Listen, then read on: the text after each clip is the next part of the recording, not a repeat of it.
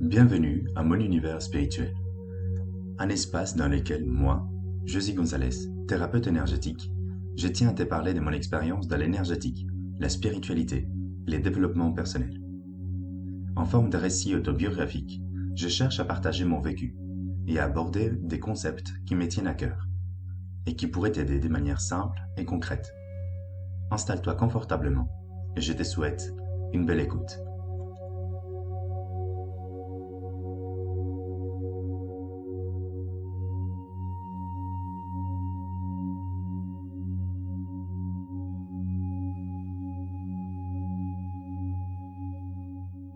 Bonjour et bienvenue à cet épisode sur le channeling. Comme je vous ai parlé dans l'épisode précédent, nous sommes des êtres capables d'émettre des informations, des énergies, des intentions, autant que nous sommes capables de recevoir. Le channeling, ou canalisation en français, c'est le fait de pouvoir être en mesure de devenir comme un tube transparent, vide, propre, qui est capable de recevoir une information qui passe à travers. Donc ça demande une pratique intérieure afin de pouvoir devenir un canal sûr, propre, opérationnel, prêt à recevoir. Ensuite, ça demande de se brancher sur la bonne fréquence.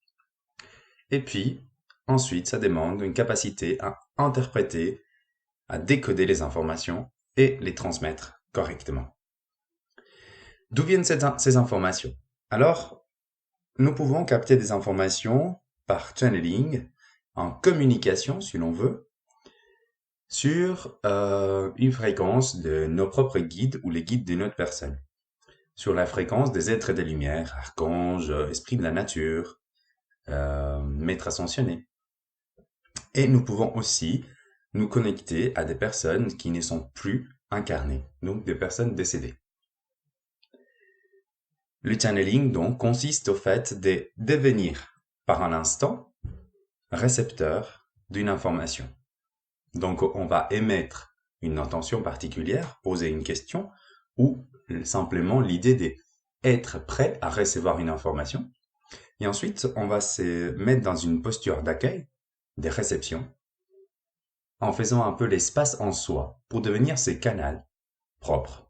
Ça demande une préparation à l'avance, où on va méditer, afin d'être le plus posé possible, afin de pouvoir nettoyer notre canal des impuretés, afin de se protéger pour ne pas être perturbé par d'autres entités qui voudraient prendre la place de nos interlocuteurs et brouiller les pistes ou nous donner des fausses informations.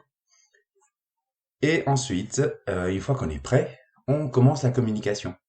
Cette communication peut être simplement guidée, dans le sens où on va diriger notre intention envers une personne, un maître ascensionné, un guide, etc., à qui on va poser des questions, on va dire que nous sommes prêts à entendre ce qu'ils ont à nous dire, ou ça peut être non dirigé, c'est-à-dire qu'on se laisse guider. À un moment donné, on se pose et on accepte que un être de lumière, là on doit être au moins assez clair dans notre intention, c'est-à-dire qu'on va accepter uniquement des messages des êtres qui ont des fréquences vibratoires élevées et qui ont des messages positifs à nous transmettre. Et à ce moment-là, on accueille, on va pouvoir demander un nom ou qui est l'entité qui nous parle. Et on va pouvoir accueillir les messages. L'accueil des messages se passe à l'intérieur de soi, en tout cas pour mon cas. Je vais pas entendre comme j'entends une personne parler, j'entends dans mon esprit, à l'intérieur. Je vais voir, visualiser à travers mon écran intérieur. Je vais ressentir à l'intérieur de moi des sensations. Et je vais stocker toutes ces informations, soit au niveau de la mémoire, soit par écrit, en posant des mots, soit à l'ordinateur, soit écrit à la main. Il y a des personnes qui en fait vont faire une canalisation de manière automatique, c'est-à-dire qu'ils vont utiliser soit l'écriture automatique, soit le dessin automatique. C'est-à-dire qu'ils vont s'ouvrir à l'énergie, ils vont laisser ses mains être guidées, soit à l'écriture, soit au dessin. Qu'est-ce qu'on peut capter comme information? Dans mon cas, je reçois des informations des guides quand mes clients me posent des questions. par rapport à leur vie privée, du chemin de vie, des relations, comment arriver à un tel ou tel but, quels sont les obstacles qu'il y a, ou face à un obstacle, comment est-ce qu'il pourrait s'aligner, ou par rapport aux missions de vie. Comment trouver la mission de vie, ou quelle est la mission de vie d'une personne, ou comment s'épanouir dans sa vie. Ensuite, j'ai pu aussi canaliser ce que j'appelle la météo énergétique, c'est-à-dire me connecter à des êtres des lumières pour m'être ascensionné, par exemple, pour savoir en fait en ce moment ou dans ce mois-ci ou pour cette pleine lune, quelles sont les informations énergétiques à savoir et à partager. Euh, Par exemple, j'ai commencé en faisant ces canalisations en tirant des cartes de maîtres ascensionnés. Et chaque jour, je tirais une carte différente. Le maître ascensionné qui était sur la carte, c'était avec qui j'allais entrer en communication. Donc, c'était les cartes qui me disaient chaque jour avec qui je devais entrer en communication.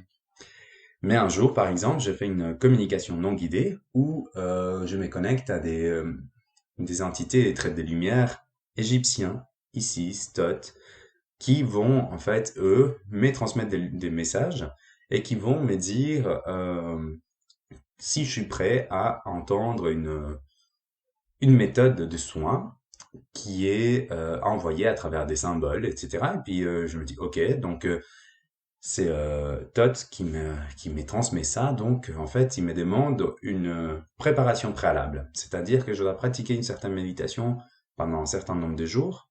Je dois pratiquer les dessins automatiques, donc laisser ma main être guidée, jusqu'au jour où ce sera le moment de l'initiation. Et ces jours-là, en fait, je reçois 6 ou 7 symboles des soins. Et je les dessine par dessin automatique. Et ensuite, bah, j'ai les explications pour chaque symbole, à quoi ils servent et comment je vais les utiliser. Je reçois un peu le protocole. Un jour, ça a été aussi Isis qui m'a transmis un protocole des soins. Et quand j'ai aménagé, j'ai changé de domicile, bah, j'ai senti assez rapidement, là où je suis arrivé, que il y avait une ambiance d'esprit de la nature, qu'il y avait une présence des esprits de la nature qui était très abondante. Et j'ai senti vraiment cette énergie assez légère, etc. Et un jour, en faisant une méditation, bah, je me suis dit, ok, bah, je vais canaliser euh, s'il y a des esprits de la nature là présents qui veulent me transmettre un message. Et c'est de là qu'en fait, j'ai canalisé une méthode de soins assez complète avec un ensemble de symboles. Là, je suis à plus de 30 symboles pour les soins.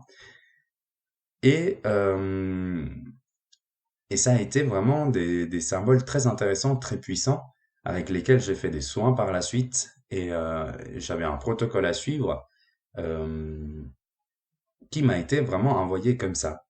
Et un jour, je me suis posé aussi la question par rapport à la flamme violette. Et je l'ai reçu aussi en communication directe avec Maître Saint-Germain en 4 nuits différentes. J'avais été initié en 4 étapes, en 4 nuits. Alors, étant un tout petit peu en manque de confiance par rapport à ça, même que je savais que ça avait quand même été fait, mais que j'avais pas de support écrit, j'ai quand même été faire l'initiation avec une personne aussi pour pouvoir voir s'il y avait une différence ou pas et aussi avoir les manuels d'initiation pour les futures initiations que j'allais transmettre.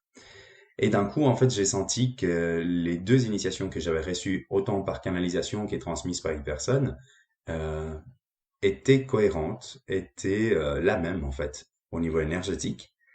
Et donc, ça m'a pas mal rassuré. Faut dire que j'avais fait la formation en channeling avec l'école des Lumières et ça avait été très intéressant parce que en soi, ce qu'il m'avait vraiment permis d'accepter l'apprentissage de la canalisation, c'était la disposition des méthodes, enfin la manière dont ça s'est passé, à mon rythme par rapport à ma propre pratique et les soutiens constants de l'enseignante qui validait en fait les messages que je recevais. C'est comme ça aussi qu'un jour de Noël, bah, j'ai décidé de demander à Maître Jésus de me transmettre l'énergie christique comme une énergie de partage en fait pur qui doit se faire de manière gratuite et puis que je avais envie et volonté de transmettre et de partager autour de moi. Donc finalement, le channeling se résume au fait d'être capable de recevoir des informations en se branchant, en se connectant à une fréquence particulière, comme si on se branchait sur une chaîne radio différente, et que selon selon la fréquence à laquelle on se branche, on reçoit certaines informations. Et comme je disais tout à l'heure, ça demande une préparation. Mais ça demande aussi une manière de décoder l'information.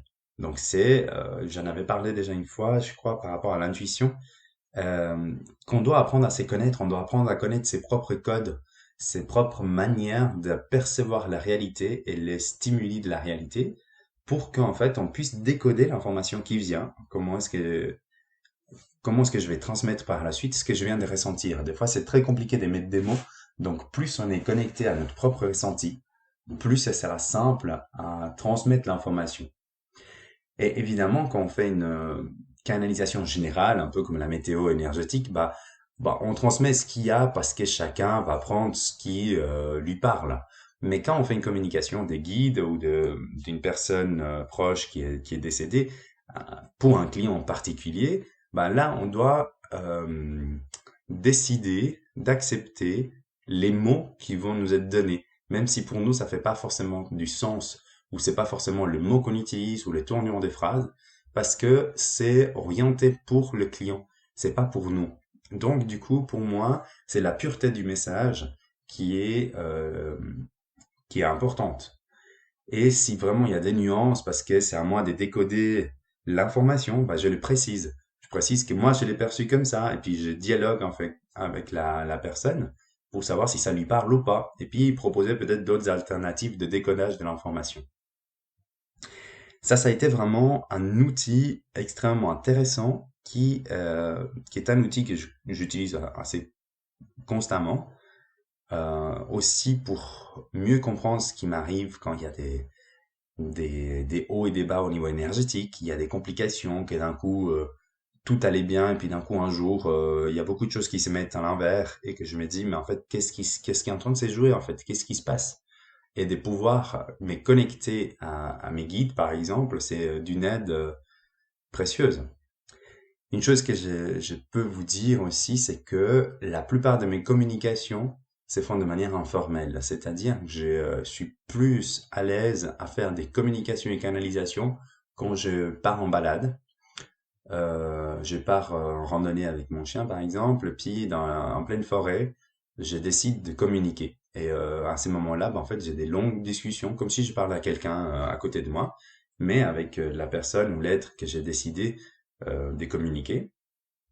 Et j'estime en fait que c'est les moments où je suis les plus détendu. Il y a moins de pression des moi-même versus moi-même par rapport à la concentration, au rituel qu'il faut faire. Je suis plus détendu, puis du coup, la quantité d'informations est plus fluide et ma capacité de réception aussi.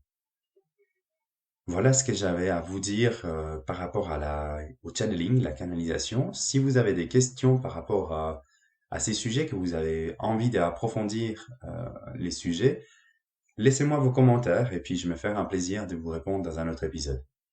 Merci et à bientôt. Si tu as aimé ce podcast, merci de le partager, de le liker et de laisser un commentaire. Je serai ravi de lire tes expériences et questions en lien avec le sujet de cet épisode. Si tu souhaites savoir plus sur mes prestations et activités professionnelles, visite mon site internet oui-au-bien-être.ch ou mon Instagram et Facebook du même nom, Oui au bien-être. Merci et à la semaine prochaine.